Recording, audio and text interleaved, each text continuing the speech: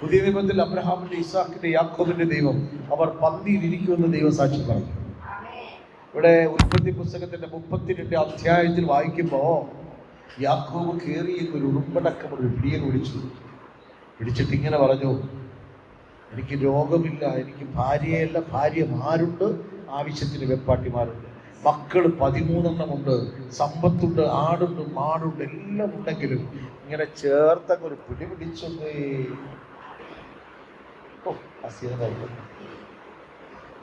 അപ്പൊ കർത്താവ് പറയാ, നീ എന്നെ വീട് ഞാനൊന്ന് പോട്ടെ, നീ എന്നെ വീട് ഞാനൊന്ന് പോട്ടെ. എന്റെ അനുവാദം വേണം കർത്താവിന് പോകാൻ. പ്രാർത്ഥനാ മുറിയിലിരുന്ന് പ്രാർത്ഥിക്കുന്നവനോട് നീ അനുവാദം ചോദിക്കും. പ്രാർത്ഥനാ മുറിയിൽ സ്നേഹത്തോടെ ഇരിക്കുന്നവനെ ഉപേക്ഷിച്ചിട്ട് അയ്യോ മറ്റു ഭക്തരെ ഞാൻ അവിടെ ഇരുത്തിയിട്ടാണ് വന്നത് നമ്മൾ പറയും പോലെ എൻ്റെ ദൈവം പറയുകയല്ല.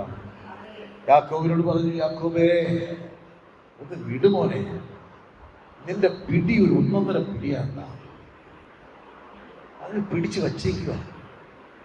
നമ്മൾ തൊട്ടതില്ല ഇത്രയും നേരം വായിച്ചോണ്ടിരുന്ന യേശു തൊട്ടു, യേശുവിനെ തൊട്ടു, യേശു തൊട്ടു, യേശുവിനെ തൊട്ടു. ഇവിടെ യേശുവിനെ കയറിയെന്ന് പിടിച്ചു. യാക്കോബിന് പറയാനുള്ള ഇത്രയേ ഉള്ളൂ. യാക്കോബ് പറഞ്ഞു, നീ എന്നെ അനുഗ്രഹിക്കാതെ, നിത്യത കാണിച്ചു തരാതെ ഈ ഭൂമിയിലെ വാസം എത്ര ക്ഷണികമെന്ന് എനിക്കറിയാം, നിന്നോടുള്ള വാസം ശ്രേഷ്ഠമെന്നറിയാം. സാക്ഷാൽ ഇവിടെ ദൈവമുണ്ടെന്ന് പറഞ്ഞ് യാബോക്കുന്ന കടവിന്റെ കടയിൽ മല്ലിപ്പിച്ചവൻ പറഞ്ഞു, ഏറ്റവും വലിയ അനുഗ്രഹം നിന്നോട് കൂടെ ഇരിക്കുന്നതാണ്. ആ വാഗ്ദത്തം എൻ്റെ മേൽ തന്നിട്ട് പോയാ മതി.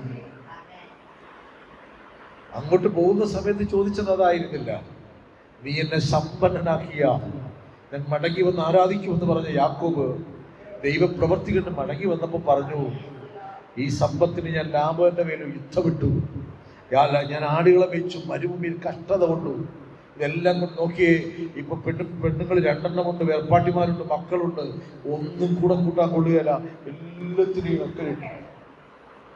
അവനൊരു കാര്യം മനസ്സിലായി, ഒറ്റയ്ക്ക് പോയപ്പോൾ, ഒറ്റയ്ക്കിരുന്ന് പ്രാർത്ഥിച്ചപ്പോൾ ഇടപെട്ട ദൈവം ഇവിടെ ഉണ്ടെന്ന് അവന് തോന്നിയപ്പോ, അവൻ അവിടെ ഇരുന്ന് മുഴങ്ങാൻ പ്രാർത്ഥിച്ചപ്പോൾ അവൻ ദൈവത്തിൽ ഉറുമ്പടക്കം പിടിക്കുവാൻ തൊടുകയല്ല, പിടിപ്പാൻ തക്കവണ്ണം അവന്റെ വിശ്വാസം വലുതായിരുന്നു.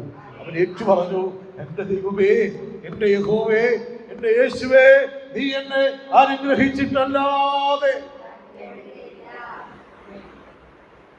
നമ്മൾ വായിച്ച മറ്റു ദൃഷ്ടാന്തങ്ങളിൽ ഒന്നും അങ്ങനെ ഒരു സംഭാഷണം കേട്ടില്ല. മരിച്ചവനെ പോലെ വീണു, കാൽക്കൽ വീണു, ആരാധിച്ചു, വചനം സംസാരിക്കാൻ തുടങ്ങി, അവർ വായെ തൊട്ടു. എല്ലാം വായിച്ചപ്പോ ഇവിടെ ഒരു മനുഷ്യൻ ദൈവത്തോട് ഒരു ഉടമ്പടി വെച്ച് പറയുക, എന്നെ നീ അനുഗ്രഹിക്കണം, നിത്യത എനിക്ക് വേണം, നിന്നോട് കൂടെ ഞാൻ ഇരിക്കണം, എന്നേക്കും എന്റെ പിതാക്കന്മാർക്ക് കൊടുത്ത വാഗ്ദത്തം എന്റെ മേൽ